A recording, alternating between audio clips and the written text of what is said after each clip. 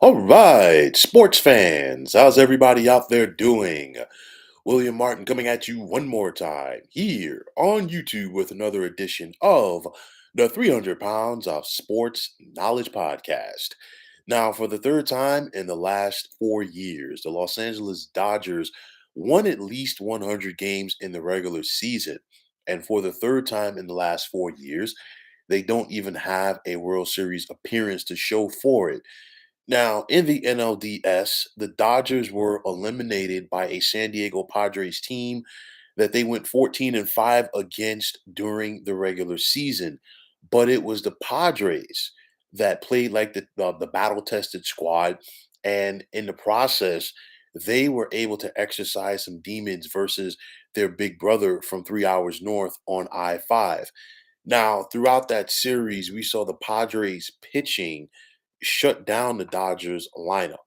And that was a big part of this. I mean, in game one, Los Angeles scored 5 runs, but after that, Los Angeles was basically shut down. They only were able to muster 7 runs over the next 3 games. And with that said, that was a big reason why the Dodgers are done and while the Padres are playing the Phillies right now in the NLCS.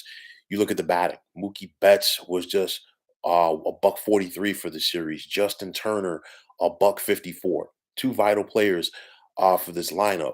Then, as a whole, we saw the Dodgers struggle with men on base throughout this series. It started in game number two, and they never were able to recover from there.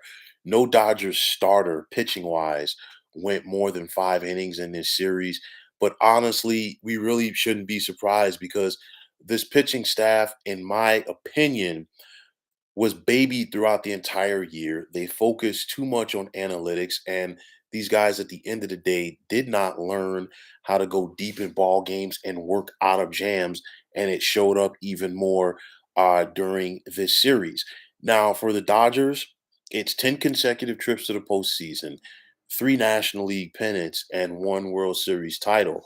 So, granted, there are going to be some people that are going to, chime that as a success, that stretch, and then there are going to be people that are going to call it a failure. You just have to decide which category that you're in for that matter. But you look at Dave Roberts, the manager, and I know he's going to get a ton of criticism because at the end of the day, when teams win and lose, obviously, first and foremost, you're going to look at either who's coaching or managing the team, and that comes with the territory. And nobody is going to let the Dodgers off of the hook for the fact that they were so dominant during the regular season, 60 games, over 500, and they played their worst baseball at the most inopportune time for them because not only did they fail to win the World Series, but they're one and done in the postseason, and that falls into the lap of the manager.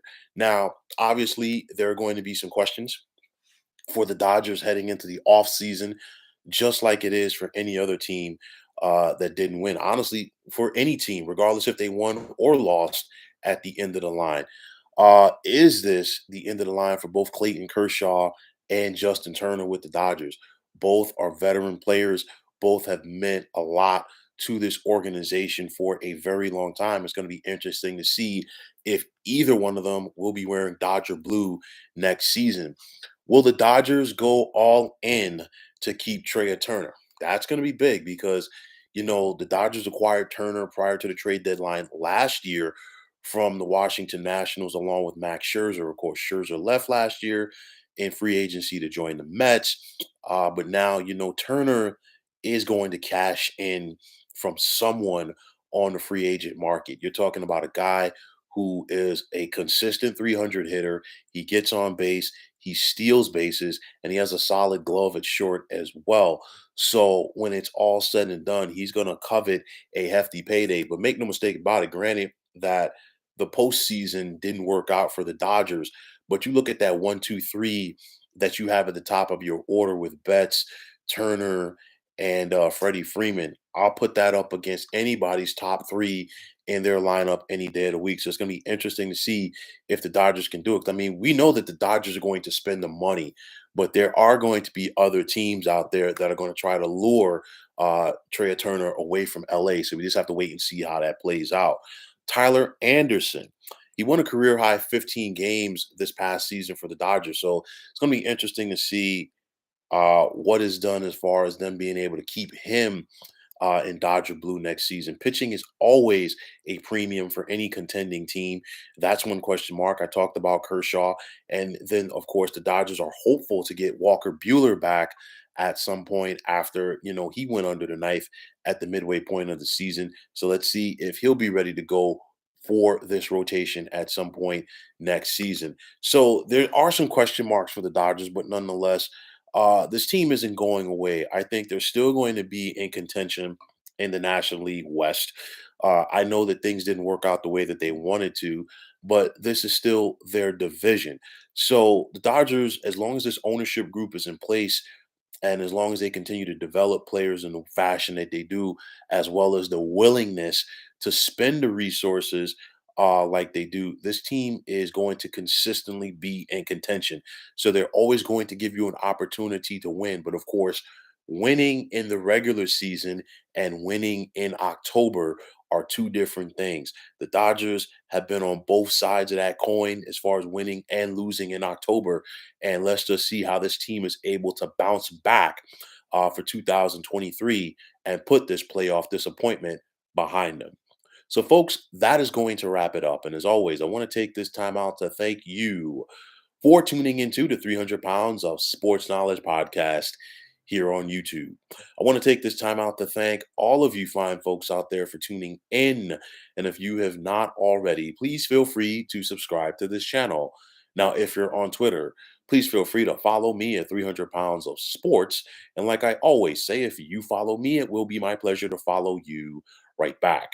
There's also the sports discussion group on Facebook at the Sports Depot 365. You can check it out. Drop a line and be a part of one of the better sports debating sites going on social media. So, once again, fine folks, my name is William Martin. I am signing off, saying take care and have yourselves a wonderful day.